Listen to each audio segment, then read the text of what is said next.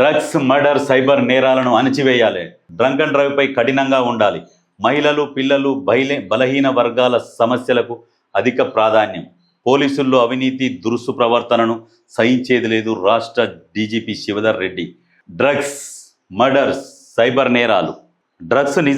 Drugs మీద మాత్రం ఉక్కు పాదం మోపాల్సిందే. ఎందుకంటే ఆ డ్రగ్స్ తీసుకున్నాక విచక్షణ కోల్పోయి వాళ్ళు చేతికి ఏది దొరికితే దాంతో దాడులు చేస్తున్నారు. ఓ బ్లేడ్లు కావచ్చు, కొడవళ్ళు కావచ్చు.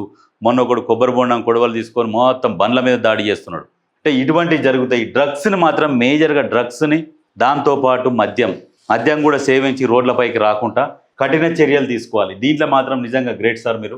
ఇటువంటి మాత్రం ఖచ్చితంగా వీటి మీద ఉక్కుపాదం మోపితేనే కొంతమంది చిల్లర ఉంటారు, కొంతమంది రోడ్ల మీదకి వచ్చి ఈ మిగతా వాళ్ళని ఇబ్బంది పెట్టేటోళ్ళు. అదేందో అది శునకానందం ఏమంటారు, ఏదో రోడ్డు మీదకి వచ్చి టైంపాస్ చేస్తుంటారు, తాగి ఆ బండ్లు తిప్పడము, కొట్లాడడం, మిగతా వాళ్ళని ఇబ్బందికి గురి చేయడం, ఇటువంటివి జరుగుతాయి. కాబట్టి మీరు ఇటువంటి వాటి మీద కఠినంగా ఉంటేనే భయం అనేది ఉంటుంది. డ్రంక్ అండ్ డ్రైవ్లో మాత్రం ఒక 4 రోజులు శిక్షలు వేయాలి. ఈ ఫైన్ వేసేదానికంటే కూడా శిక్షలు వేస్తే చాలా బెటర్. డ్రంక్ అండ్ డ్రైవ్లో ఓ 4 రోజులు పంపించాలి. ఈ ఫైన్లు వేసి వదిలేస్తున్నారు.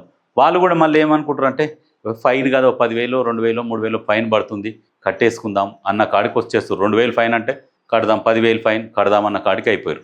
ఫైన్ కాకుండా జైలు అనేది పెట్టాలి. జైలు అనేది పెడితే ఖచ్చితంగా భయపడతారు.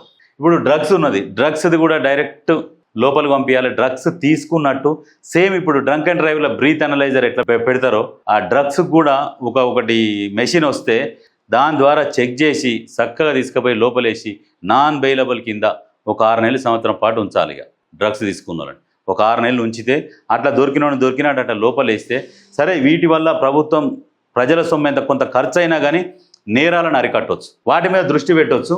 కొంచెం ఖర్చు అవుతుంది, ప్రభుత్వానికి బర్డెన్ పడుతుంది. అంటే ప్రజల సొమ్ము సరే ఖర్చు అయినా పర్వాలేదు, కానీ ప్రజలు కొంచెం జాగ్రత్తగా ఒక భద్రంగా ఉంటారు కదా, సేఫ్గా ఉంటారు. అది దీని మీద మాత్రం ఖచ్చితంగా ఇది చేస్తే బాగుంటుంది. పోలీసుల్లో అవినీతి, దురుసు ప్రవర్తనను సహించేది లేదు. ఇది ఒకటి 100% ఇది కూడా చేయాలి. పోలీసులలో చాలా వరకు దురుసు ప్రవర్తన ఎక్కువ ఉంటుంది. అది ఇప్పుడు ఏంటంటే డ్రెస్ వేసుకోగానే అది అహంకారం పెరిగిపోయి ఏంద్రాబాయ్ ఇదేంద్రాబాయ్ అన్న కాడ మాట్లాడుతుంటారు. ఆ దురుసు ప్రవర్తనని సీసీ కెమెరాలు పెట్టాలి.